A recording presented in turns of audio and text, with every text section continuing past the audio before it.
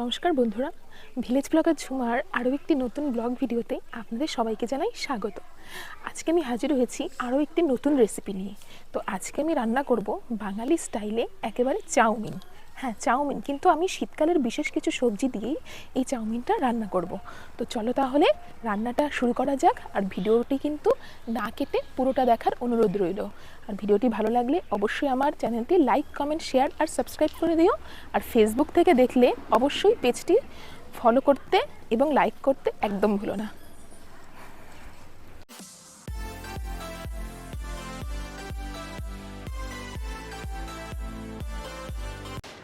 বন্ধুরা, আজকে কিন্তু অনেকটা চাউমিন রান্না করব। তোমরা কিন্তু সবাই চলে এসো চাউমিন খেতে। সবার নিমন্ত্রণ রইল আমার এই ছোট্ট রান্নাঘরে। তো দেখো বন্ধুরা, আজকে আমি রান্না করব চাউমিন। তো দেখে নাও আমি এই চাউমিন রান্নার জন্য কী কী নিয়ে নিয়েছি। হ্যাঁ, চাউমিন রান্নার জন্য অফকোর্স যেটা প্রথমেই লাগছে সেটা হলো চাউমিন। আমি 2 প্যাকেট চাউমিন নিয়েছি।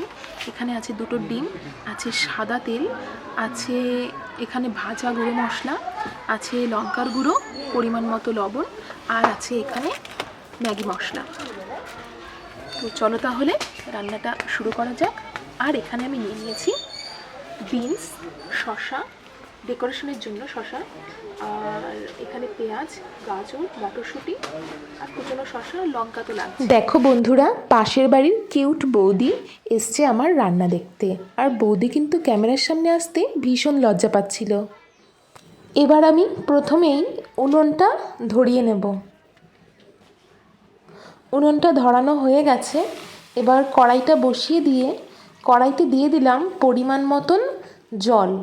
এই জলে আমি এবার চাউমিনের প্যাকেট দুটো কেটে চাউমিনটা দিয়ে দেব ভালোভাবে সেদ্ধ হওয়ার জন্য। আমি এখানে পাড়ার দোকান থেকেই চাউমিনের প্যাকেটগুলো এনেছিলাম। কোনো দামি সেরকম চাউমিন আমি ব্যবহার করিনি। আমি নর্মাল এই চাউমিনের প্যাকেটগুলোই ব্যবহার করেছি।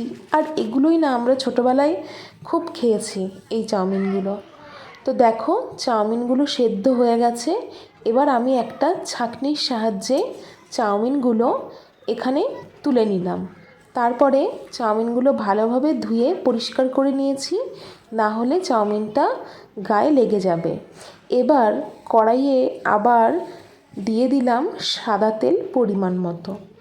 এবার তেলটা গরম হয়ে গেলে আমি একে একে যেই সবজিগুলো কেটে রেখেছিলাম, দেখতেই পাচ্ছ, এই যে সবজিগুলো আছে, গাজর, পেঁয়াজ, বিনস, সবগুলো আমি এই গরম তেলের মধ্যে দিয়ে দেব।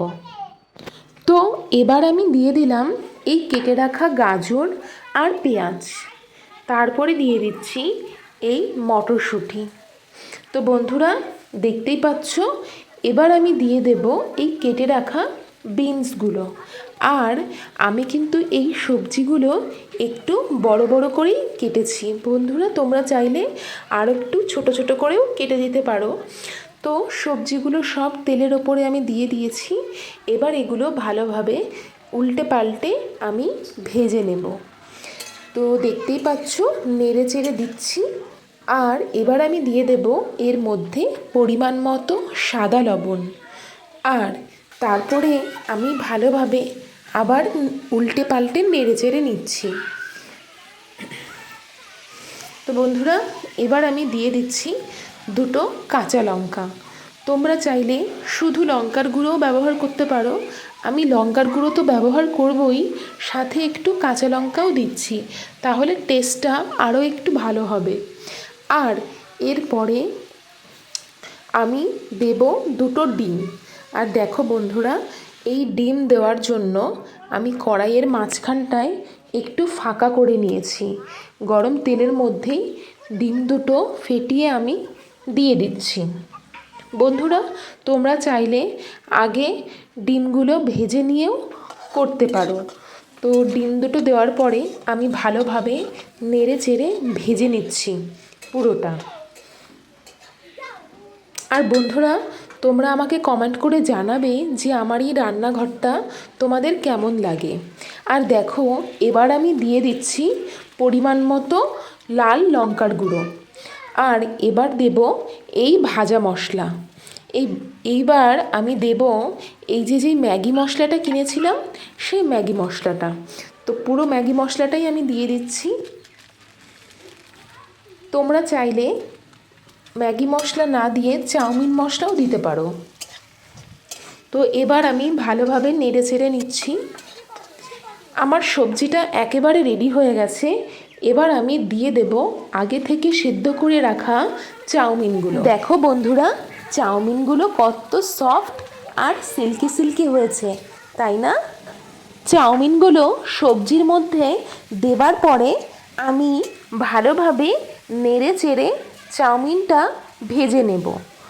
বন্ধুরা, তোমরা চাইলে এবার চাউমিনের মধ্যে একটু সয়া সস দিতে পারো, কিন্তু সয়া সসটা আমার কাছে নেই বলে আমি আর দিচ্ছি না। তো ভালোভাবে নেড়ে চেড়ে ভেজে নেওয়ার পর চাউমিনটা একেবারে রেডি। আর এবার আমি চাউমিনটা নাবিয়ে নিচ্ছি। দেখতেই পাচ্ছ, থালার ওপর কলাপাতা পেতে আমি চাউমিনটা নাবিয়ে নিয়েছি। আর চাউমিনটা দেখতে কিন্তু দুর্দান্ত হয়েছে, আর খুব সুন্দর একটা গন্ধ বের হচ্ছিল। চাউমিন খেয়ে যাস একটু।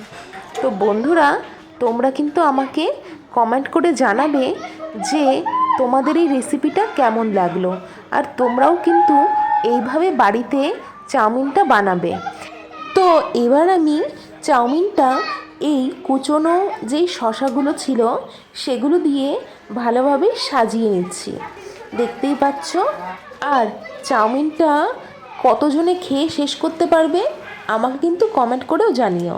আর দেখো, এবার আমি দিয়ে দিচ্ছি একটু পরিমাণ মতো সস, টমেটো সস যেটা। তো টমেটো সসটা দেখো আমি কিভাবে দিচ্ছি, চারিদিক দিয়ে ছড়িয়ে।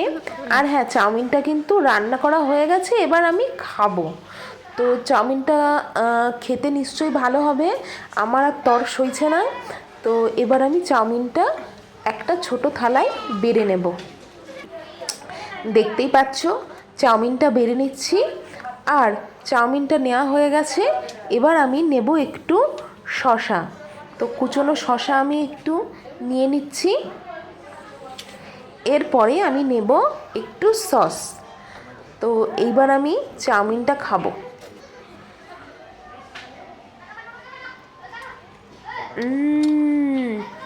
দারুণ দারুণ। তো চাউমিনটা যদিও দরকার ছিল যে কাঁটা চামচ দিয়ে খাওয়ার, তো আমার এখানে বেশ মাটিতে বসে মাটির থালায় হাত দিয়ে খাওয়াটাই আমার বেশি ভালো লাগলো। ওই জন্য আমি দেখতেই পাচ্ছ চাউমিনটা বেশ হাত দিয়েই খাচ্ছি। আর চাউমিনটা যে এত টেস্টি হয়েছে বন্ধুরা, আমি তোমাদের বলে বোঝাতে পারবো না। তো যাই হোক, ভিডিওটি আজকে তোমাদের কেমন লাগলো, যদি কোনো ভুল ভ্রান্তি হয় আমাকে ক্ষমা করে দিও, আর কমেন্ট করে জানিও যে ভিডিওটি আমি কীরকম বানালাম রেসিপিটা।